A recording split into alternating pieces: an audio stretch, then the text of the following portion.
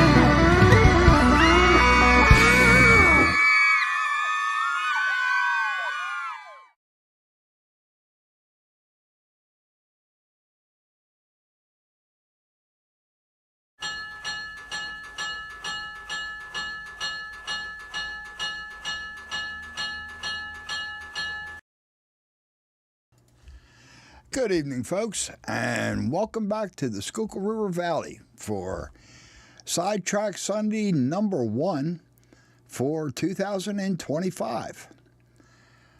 It's sure good to see everybody tonight. Hope everybody's doing well.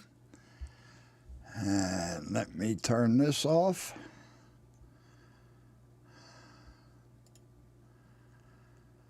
Okay, get my own voice out of my head there. Sorry about that. So I'm glad to see everybody tonight. Like I said, hope everybody's doing well.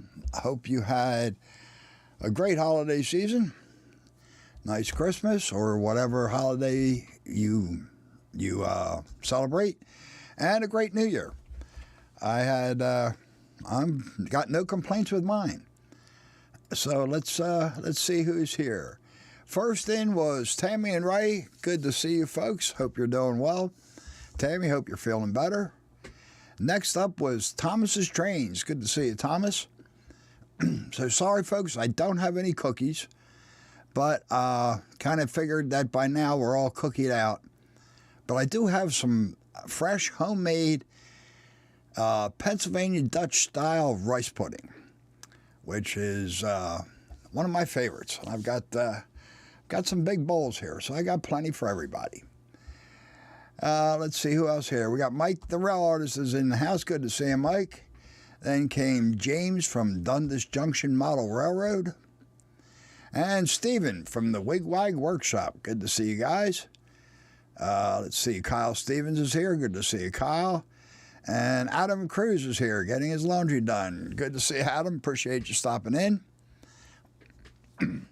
And there's Dwight Curley from the Curley Express. Good to see you, Dwight. And JD, good to see you, buddy. Glad you're here. Hope you're doing well. And Steve Childers from the Retirement Railroad. How are you, Steve? Good to see you. Hope you're not getting killed with all that snow and ice that you guys in the Midwest are getting. Let's see who else. And there's Hot Dog Pilot Andy. He's staying up into the wee hours again. And I certainly appreciate that, Andy. I don't need these anymore. Let's see who. And there's Dave from the Carolina Foothill Railroads. Good to see you, Dave. John Train BFGR. Good to see you, John. Appreciate you stopping in. And Dave BNSFN Scale. Glad you can make it, Dave. And there's Brad from the Willow Creek Industrial Spur. Good to see you, Brad. And Sparky from way up north. Good to see you, Sparky. Hope you're well. John Knopfel's here. Good to see you, John. And there's Bernard C. Haven't seen you for a while, Bernard. Good to see you, man.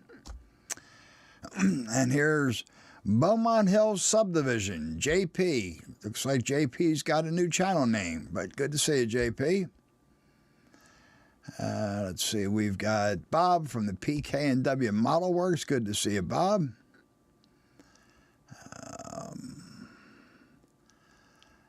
Let's see here. Todd Armstrong, Trackside Action. Good to see you, Todd. Glad you can make it. Gary Shanks is here. Good to see you, Gary. Appreciate you stopping in. I'm pretty sure I said hi to Stephen from the Wigwag Workshop, but just in case. And Dan from Dan's Model Railroading Journey. Good to see you, Dan. Here's NS5107, a.k.a. Chasco. Good to see you, Chuck. Glad you could make it. Joe Rader's here. Good to see you, Joe.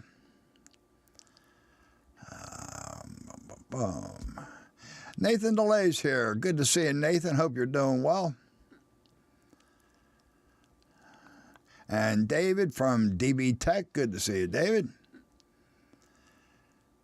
Let's see, Ray Boble's here. Good to see you, Ray. Glad you could make it.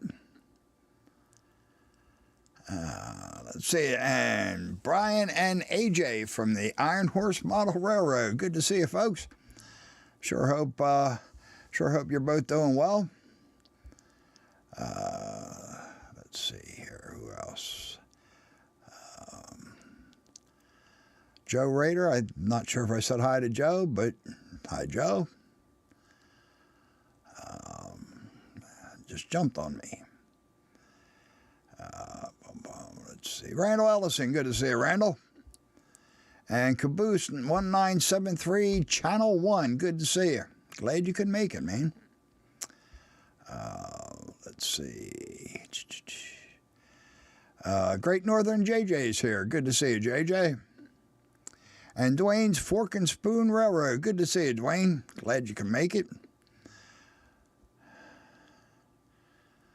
Let's see. And I think that's the bottom of the list. I think we got everybody. So really appreciate everybody being here.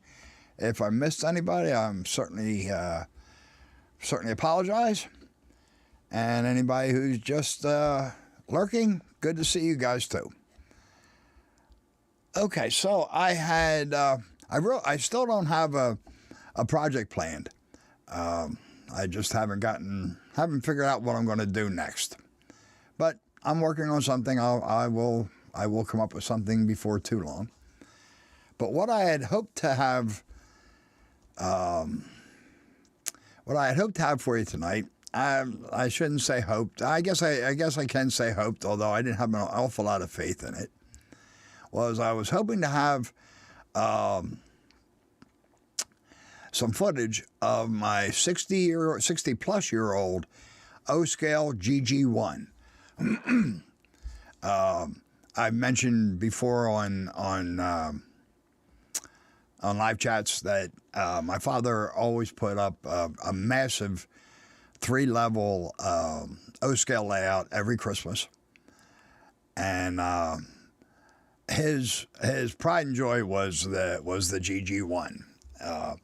My dad's layout was 3 levels. The trains didn't go between the levels, but the GG-1 had the prominent position on the layout. It was the center level, so it was the most visible, at least for adults. For me, it was above my head. David DB Tech, yes, that is a Lionel GG-1, and I'm sorry, but my putting it up on the screen isn't working again. I have to play with that again. But yes, it is a giant Lionel GG-1. Well, Nathan, that's what I'm getting to. The last time I had seen this locomotive run, I was about 9 years old. So how close am I to the New York and Lake Erie Railroad? Honestly, I have no idea, Sparky. I don't know where the New York and Lake Erie Railroad lines are. Yes, Andy, the GG-1 always looked like it was iron plated and solid. Yes, you're absolutely right. And this is an all metal loco. David, it is 2 motors. This is from the early to mid 60s.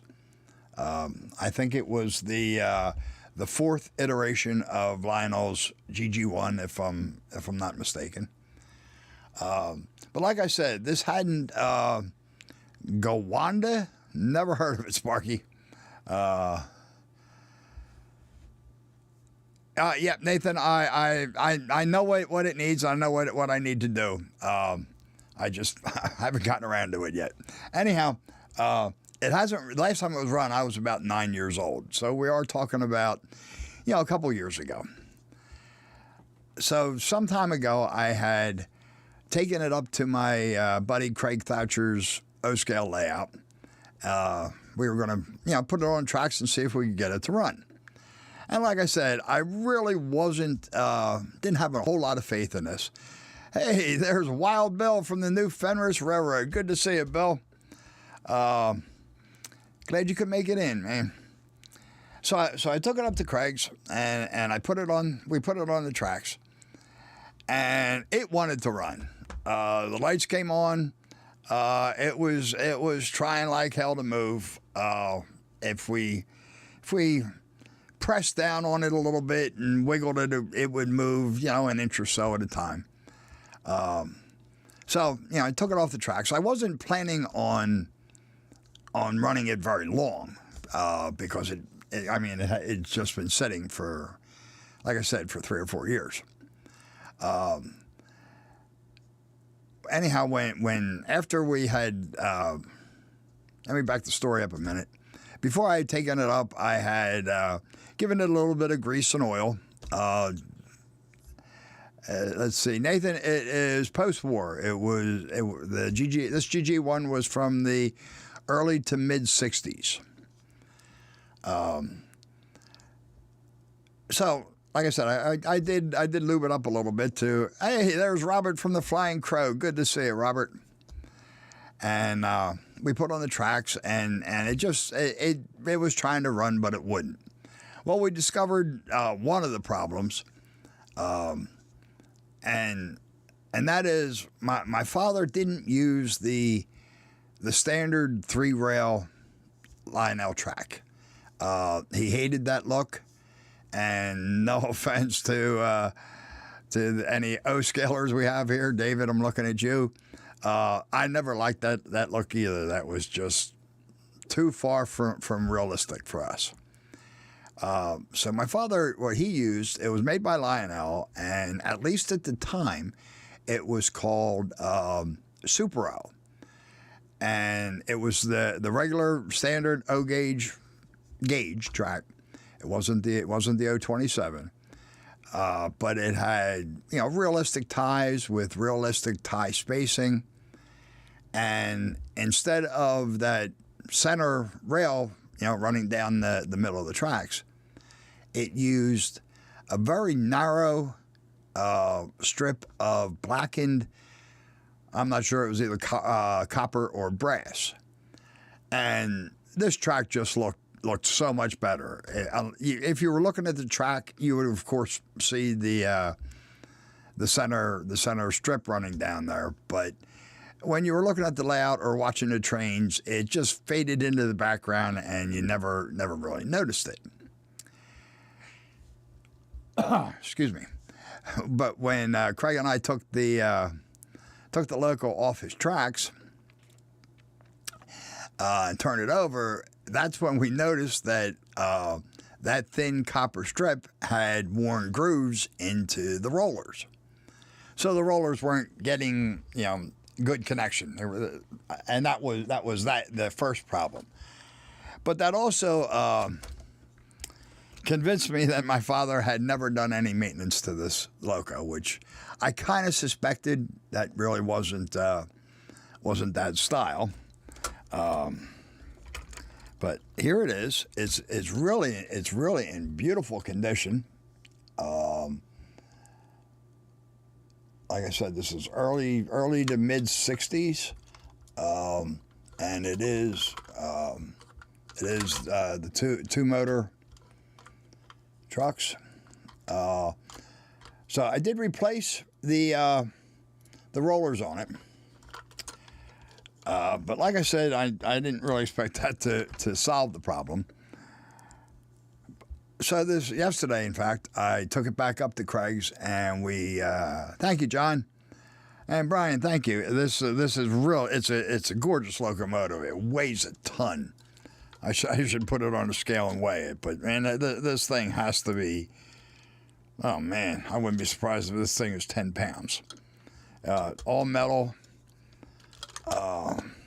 The pantographs function, although they don't pick up the power, of course.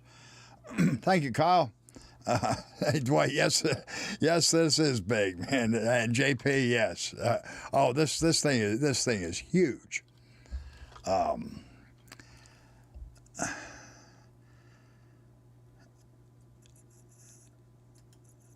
Oh yeah, absolutely, Nathan. That would be cool. Hey, there's Anthony from the Georgia Sunbelt. Good to see you, man. Hope you're well. Let's see. Randall says the club president has one of these. He has the green one and the Penn Central one. All right. My father preferred the Tuscan red. The pantographs, everything on this locomotive is in great shape. Both lights still work. Let's see. So anyhow, I I kind of figured when it didn't really work well the first time, that it was going to need some work. I didn't have any brushes. I did have the rollers, and like I said, I replaced the rollers. And Saturday, I took it back up to Craig's, and we threw it on the tracks, and it definitely did better. I mean, thank you, Ray. You would love this loco, Ray. This is really, it's a gorgeous loco. It's definitely one of my favorites as well. Getting back on track with Steve. Good to see you, man. Glad you can make it in. So when we put it on the tracks yesterday, it did better. We didn't have to press down on it or wiggle it around to get it to move, but it was still really only moving a couple inches at a time. So anyhow, I ordered some brushes for it. Craig has a fantastic line in our library, so we were able to look up, get the part number for the brushes. So I ordered the brushes. They should be in this week sometime, and I will then take the loco apart and clean it up, get the new brushes in there, and hopefully in the very near future have some footage of this thing running. Let's see.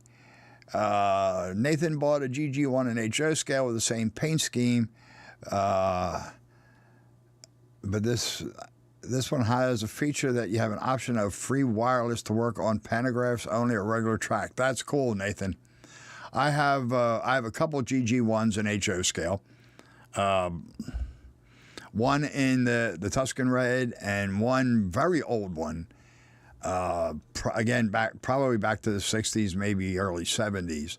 That's in the Brunswick green. My Tuscan red one runs, but the green one that was given to me, and that needs a good bit of work. At some point, I will play with it and hopefully be able to get that one running. And he loves the Tuscan color too. Yeah, so do I. That was my favorite. We had a rake of passenger cars, of the streamlined passenger cars that went with this. I think there were 5 or 6 cars. I mean, it was a beautiful set. It was, for the time, for the mid '60s, it was an insanely expensive set.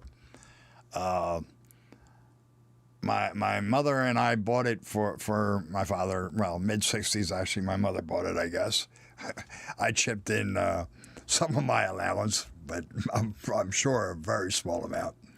But it was the set, which was the GG-1, and the 5 or 6 cars was over $300, and that was in the mid '60s. And I'm sure that had something to do with this being my father's pride and joy. But it's really, unfortunately, I have no idea what happened to the passenger cars. From everything from my father's layout, the only thing I have is this loco. I have an F7 and an SD9. The F7 is Denver and Rio Grande, and the SD9 is Minneapolis and St. Paul. But they're the only 3 pieces I have, and I have no idea what he did with the rest of them. But it kind of broke my heart. Let's see. Did I ever go to the railroad WK&S Railroad? Are you close to it? Don't know what it is, Nathan. Not sure if I'm close to it or not. Let's see. Andy, yes, in the mid '60s, that was an absolute fortune. I was, now that I understand how expensive it was then, I am really surprised that my mother would have done this. Did I ever get an interest in your trains myself? Or my dad definitely gave me the inspiration to get started. That was one of the big motivations he had for building the layout. Well, I mean, he liked K&R Custom Models, good to see you. Glad you could make it, and Happy New Year to you too. I mean, my father loved it. He had a train set around the Christmas tree when he was a kid, and yeah, Dave, you're right. That's about $3,000 in now money. Hey, James, thank you, man. I appreciate it. Lost my train of thought now. Oh well, it'll come back maybe. But yeah, the inspiration. So yeah, and that was one of the big motivations. I mean, my dad loved the trains, and he wanted a layout and wanted to put it up, but he also, wanted to put up a layout for his little boy, and he started this. Oh man, I'm not even sure when he started it. I always remember him doing this. So he was probably building this thing when I was about 2 or 3. And we did it every year until we moved out of that house, and that was at about 9. Caboose, 1973. Yes, I model in HO. Well, primarily HO. I do have the 3 O scale pieces, and I have a small N scale layout that I'm working on. That's more of like a Christmas kind of layout, but my primary layout is HO. And before anybody says, yes, I will get back to it. Let's see. Nathan says the WKNS is somewhere in Berks County. It's all volunteer. It used to be part of the Reading Railroad at one time, but when I was 4 and seen a steam run there. Okay. Well, Berks County is not that far from me. Depending on where in Berks, most of Berks would be within an hour of me. But no, I've never been there. Never even heard of it before that, Nathan. I should look into it. But yeah, when I get the brushes come in and get this thing running and get some footage of it, I'll probably borrow some of Craig's passenger equipment to go along with it, and when I get that running, I am also going to work on the other 2 locos. They're nice. They're beautiful locos. They're not as nice as this. They're plastic models, but yeah, this is the one that I really got to get running first. Let's see, K&R Models was in diapers when his dad set up O-scale trains with my brother. Yeah, I probably was too. Anthony, you weren't supposed to remember that, man. But yeah, I was probably in diapers too. But like I said, I always remember him doing it. And he did it every year. Steve, 87, good to see you, man. And thank you, sir. Up until I was 9, and you want the F7. Brian, this wouldn't fit anywhere near your layout, man. It's about as long as this guy here. But yeah, I think I've sent you pictures of it. But yeah, once I get this guy running, I will get the other 2 running as well, because I really want to get these running again. It's been way too long. But yeah, we did it. He set it up every year until we moved out of that house, which was 9. And when we moved down to Sweetland, which was a much bigger house, and my father never set the trains up again, and I never knew why. Nathan says, they're trying to fix that same steam engine. Cool. You've seen it run in the early 2000s. It's a tank engine. Oh, nice. Oh, that's cool, Nathan. I'm going to look into that. So, excuse me.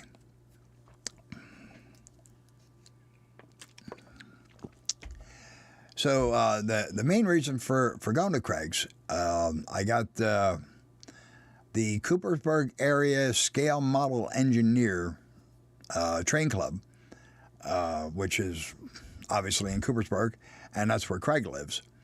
They have an open house every year. It's right around Christmas. They do it maybe 1 or 2 weekends before Christmas, and then again 1 or 2 weekends after Christmas. And Bob, yes, the childhood memories of trains that are so powerful. Yes, they really are, Bob. I could go on all night about with some of the memories I have of running trains with him. Okay, Nathan says the ticket is an all day, no matter how many times you go on it. That's pretty cool. So they have it's the like I said, Coopersburg Area Scale Model Engineers. Coopersburg is about 10 miles or so that way from me. So I got both boys to go with me this time. JJ, the oldest, the one that was with me at the meet and greet, he's usually pretty easy. We did have to browbeat Jared a little bit, but no, that's not fair.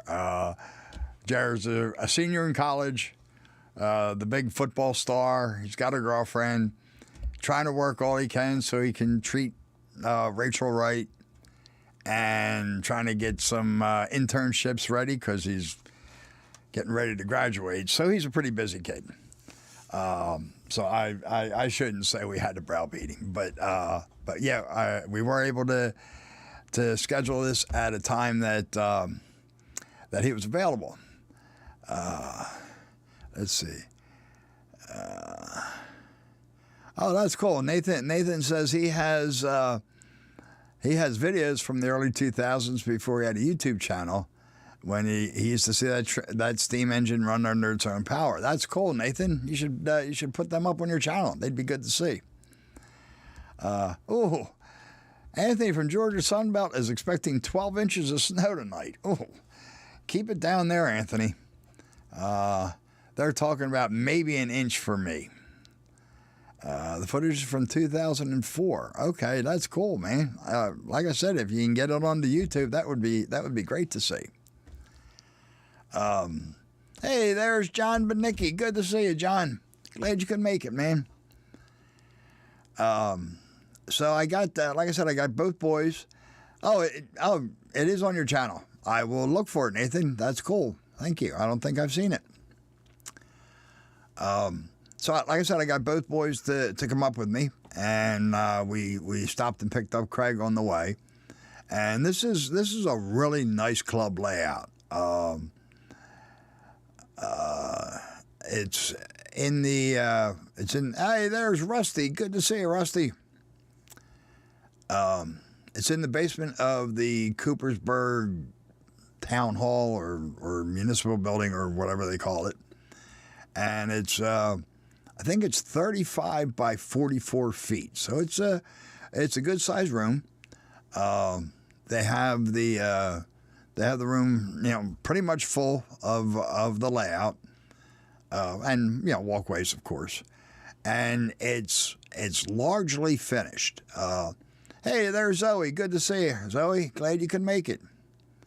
And Ray's not agreeing with that snow count. All right. Well, hopefully you're right, Ray. I hope you don't wake up tomorrow morning surprised. So it's largely finished. They've been there. They've been in that location, I think he said, since very early 2000s. So 24 years, something like that. That's cool, Nathan. I am definitely going to look into it. I appreciate you bringing that up. I really wasn't aware of that railroad, and it's pretty close to me.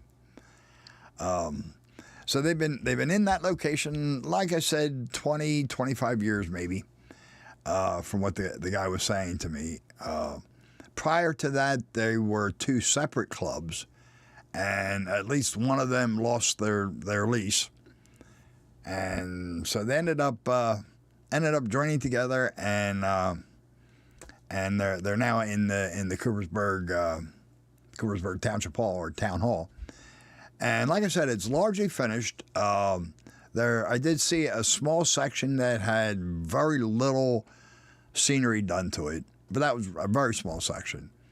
Most of it is scenic, although the guy said, there's always more to be done, and they have been going through and redoing some of the scenery, updating it, and the like. But it's really a great layout. So I have a few pictures and some video. Unfortunately, nowhere near what I was hoping to get. Let's see. Dwayne's got 4 inches right now. Wow. No, it's apparently it's all, from what they're saying, is all going south of me. So, let's see. Bob Blablaw, good to see you. You don't know where this is. This is talking about a model train club layout in Coopersburg, Pennsylvania, which is 5 or 6 miles south of Allentown, Pennsylvania, up in the Northeast. Excuse me. Unfortunately, my camera died on me taking the videos. The camera's old, and I really should get a new one. But I do have a couple minutes worth of video, and I do have some pictures. Bob Blablaw, I'm glad to have you here, man. Anybody's welcome. It's pretty friendly group that hangs out here. So yeah, thanks for stopping in. Hey, there's Russ's Rockin' O and HO Trains and Stuff. Good to see you, Russ. Since you just came in, Russ, I will bring this guy back, since I think you'll probably recognize this. This was my dad's pride and joy. This comes from the early to mid 60s. Beautiful shape. It needs a little bit of work to get it running again. But it's really a gorgeous locomotive. It's all metal, and it weighs a ton. So anyhow, like I said, my camera died partway through, so I didn't get as much footage as I wanted to. The boys. Oh, thank you, Todd. John Vanicki, no SRV. What is no? Nice SRV. Okay, thanks, John B. Appreciate it, man.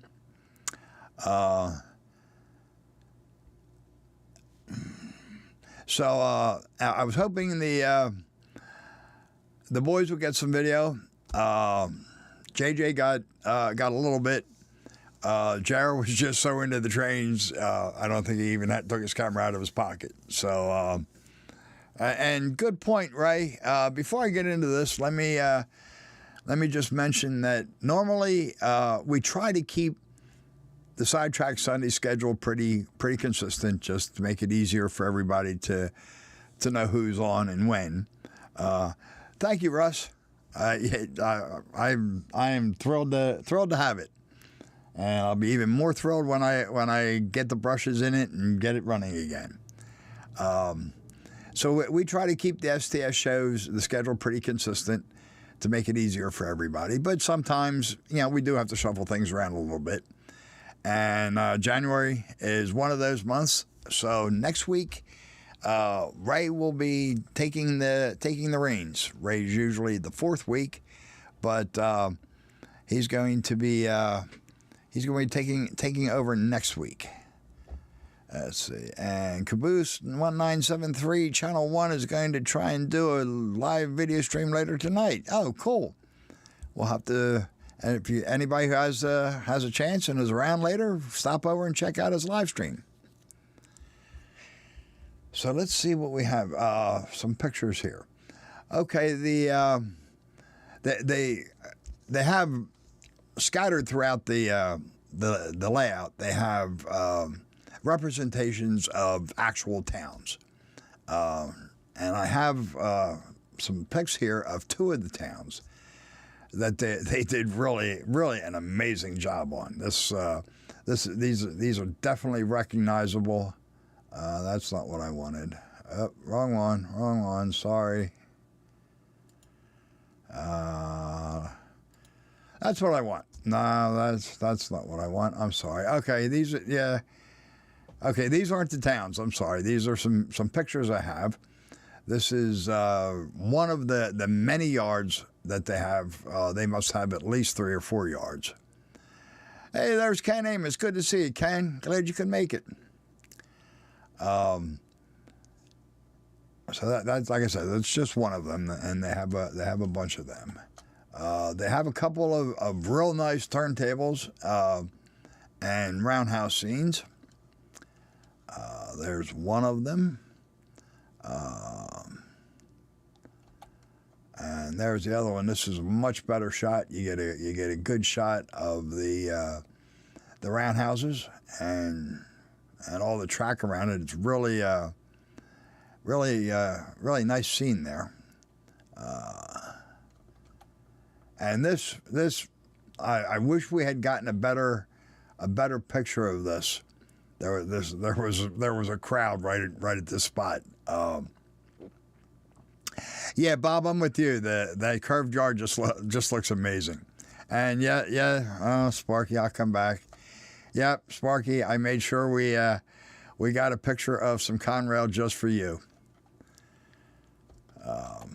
But this bridge is gorgeous. Like I said, I really wish we had gotten a better shot of the scene, but it was tough to even get into where we were here. The place wasn't all that crowded today. Yesterday. It was. I'd been there in the past when it was more crowded. We got there, I guess, at a really good time. Yes, Ray, it is a beautiful bridge, and if I could have gotten a better picture of it, and you could see just how intricate and detailed that bridge is, it's really, really impressive. I'm laughing at Sparky. Yeah, like I said, it's really the whole scene is gorgeous with the 3 trees and the stone wall behind it. But that green bridge was absolutely gorgeous. And that's it. All right, now we can get over to the 2 towns. The first one is it's called Emmaus.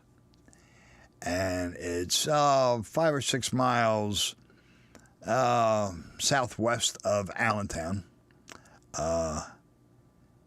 Yes, Russ. Those the DD40s are beautiful locos. They had so much really nice equipment there.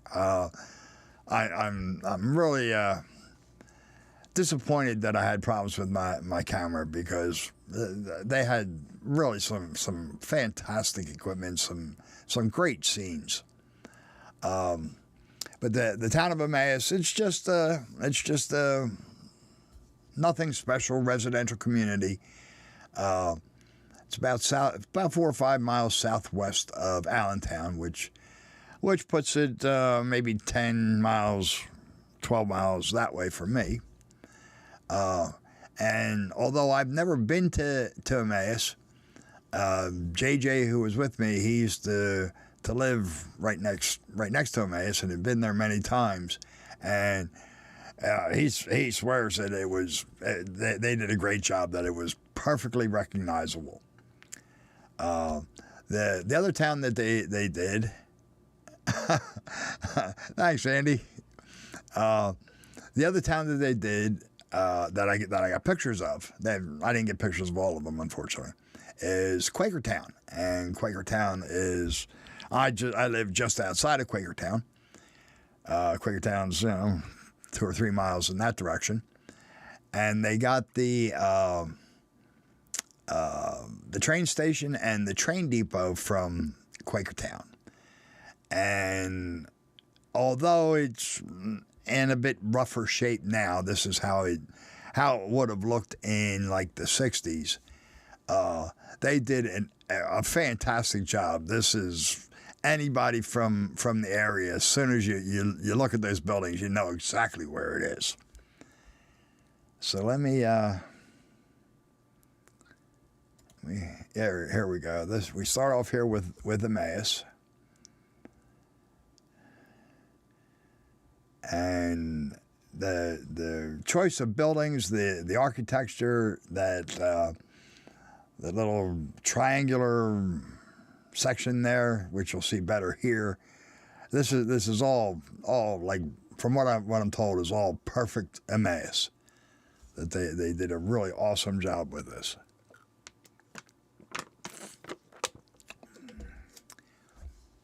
And there's the backside of Emmaus, with the tracks running around the outside of it. And here is Quakertown. Here is the that you'll see there on the left-hand side is the depot. On the right-hand side is the train station. Actually, they're reversed, but it worked better this way for their layout. But like I said, if anybody from the area or has been here enough times, you look at those two buildings and you know exactly where you are. Even the trackage in front of it, everything about it. The background is just a generic little town, but even that fits. So yeah, they really did an awesome job with that. Now I have, let's see, this is about a 2.5 minute video of just some of their layout.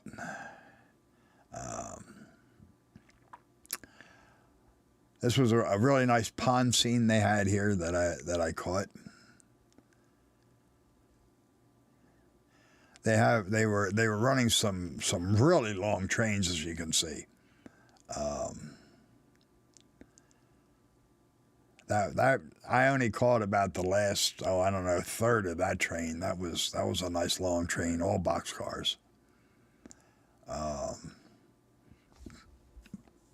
This is just some of the scenery they have.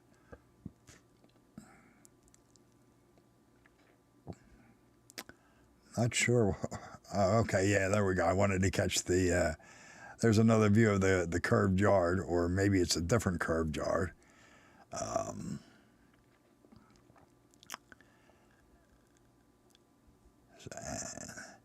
That unfortunately, that shot's a little dark. Looked a whole lot better in person. Yeah, John, this layout is gorgeous. I could spend all day there for sure.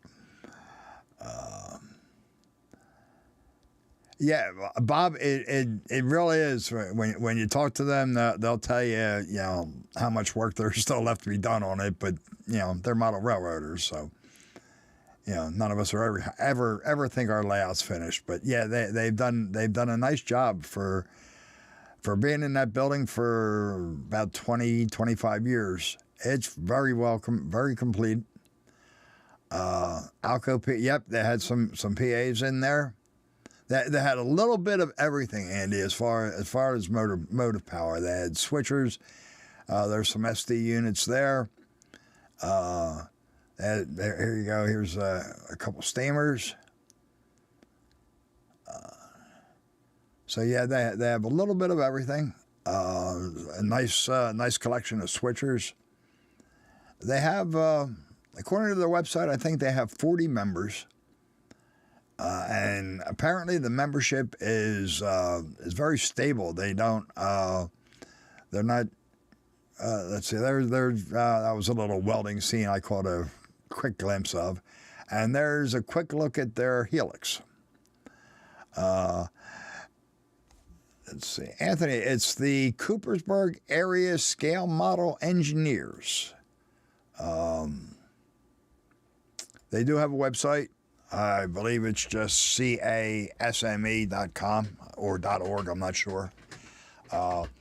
Unfortunately, they're only open a few times a year. It's always around Christmas.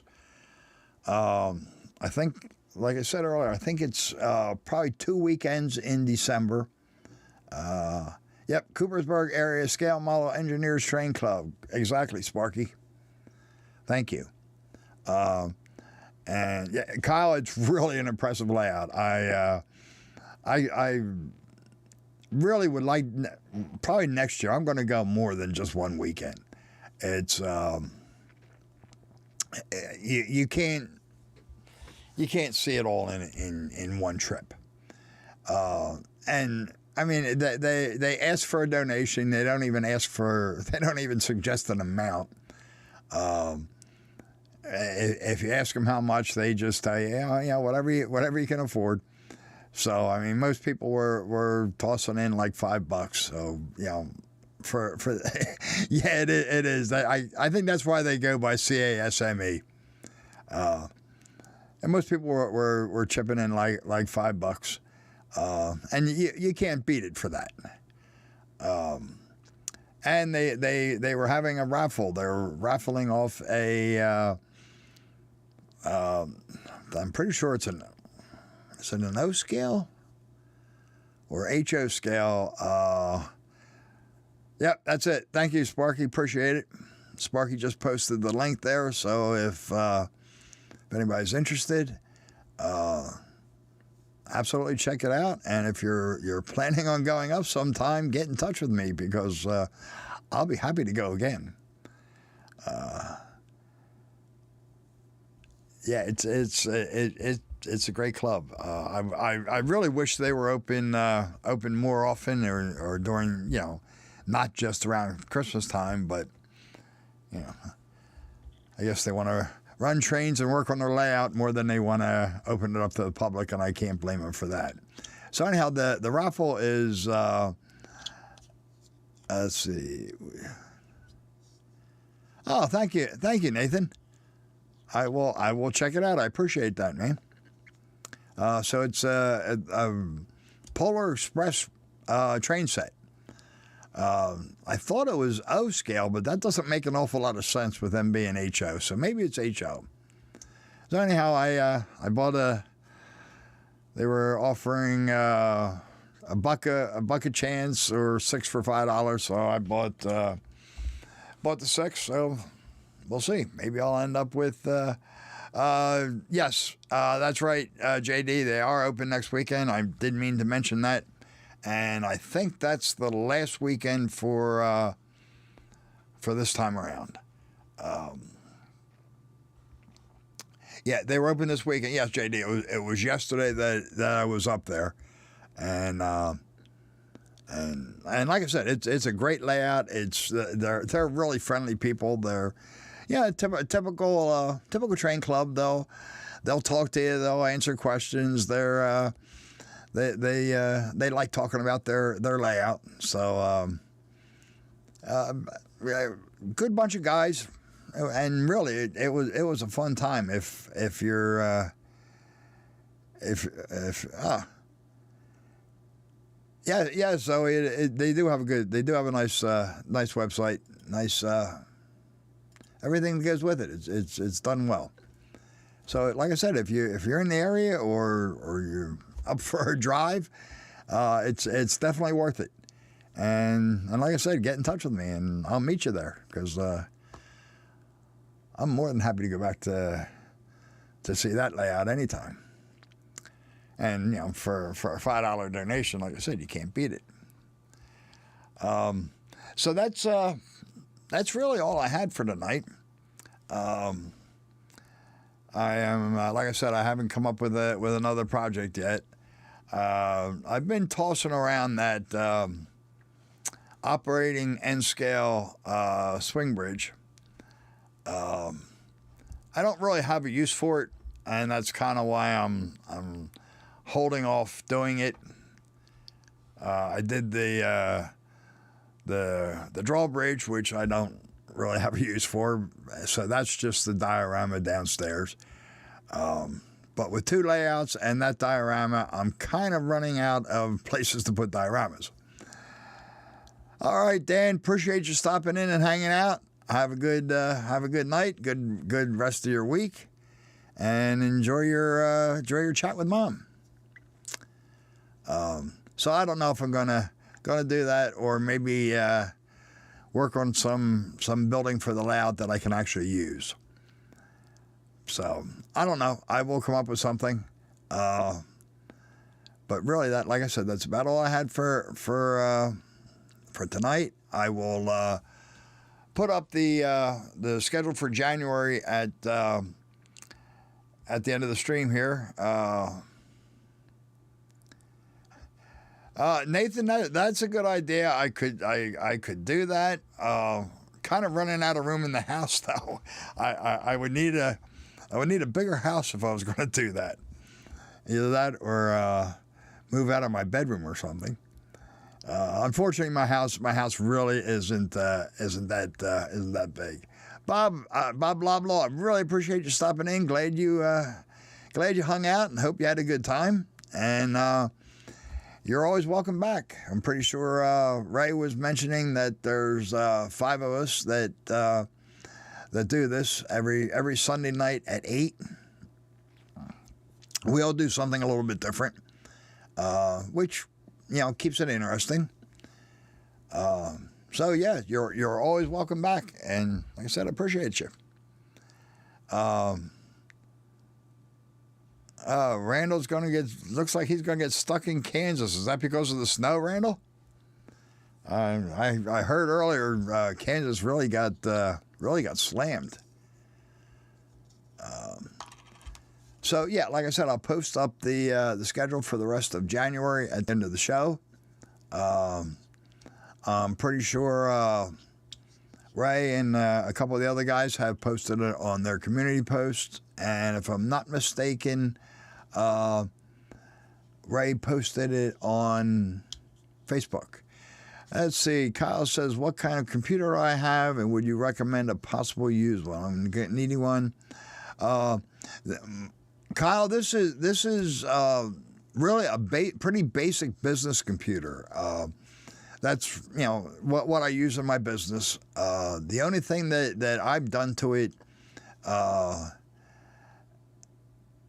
was add a graphics card, which really helps a lot. Although it's not necessary. I mean, I've streamed with my other computer, which again is just a fairly standard business computer. It's got an i7 chip. Get RAM. RAM is good. I have 32 gigs of RAM, and go for as much RAM as you can. But yeah, a decent used one in good shape. I mean, it doesn't. This computer is running Windows 10. I've streamed with running Windows 7, so even an older machine is fine. Like I said, the graphics card helps. It's not absolutely necessary, especially if you're going to use something like StreamYard. I use OBS, so it does take a bit more resources on my computer. But if you have Kyle, if you have a Micro Center near you, that's where I get all of my computers. You can get a real decent computer from them, with them pretty cheap. And I always go for the Power Spec brand, which is Micro Center's own brand. And I've been using their computers for, probably 30 years, maybe more. Use them in my business. I bought dozens of them by now. So yeah, it really doesn't take Hey, Ron from the Southwest Railroad. Good to see you, man. Happy New Year to you. It doesn't take that big of a computer. The most important thing is going to be the RAM. And as long as you're not connecting too many cameras, I mean, you can probably get away, even with a basic computer, you can probably get away with 2 cameras.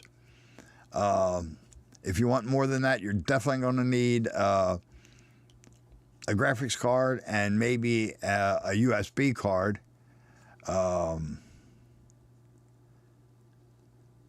Yeah.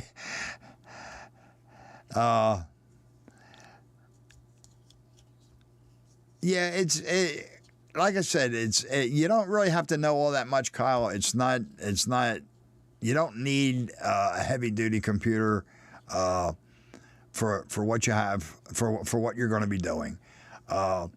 RAM is how much memory the computer has. You might be more familiar with that term. And like I said, my memory, my RAM is 32 gig, which is as much as your phone.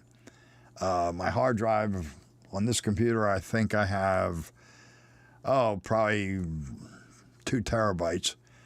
But that's overkill. Certainly for just doing the odd video, you don't need that much.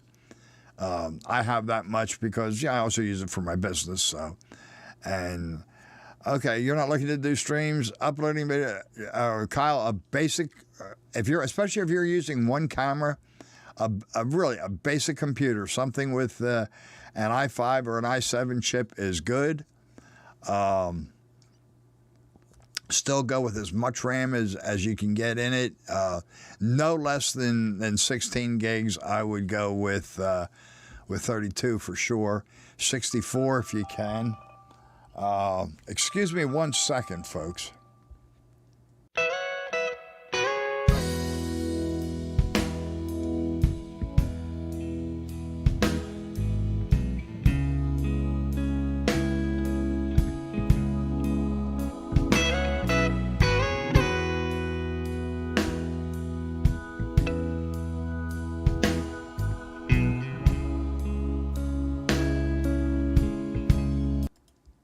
Okay, sorry about that, folks.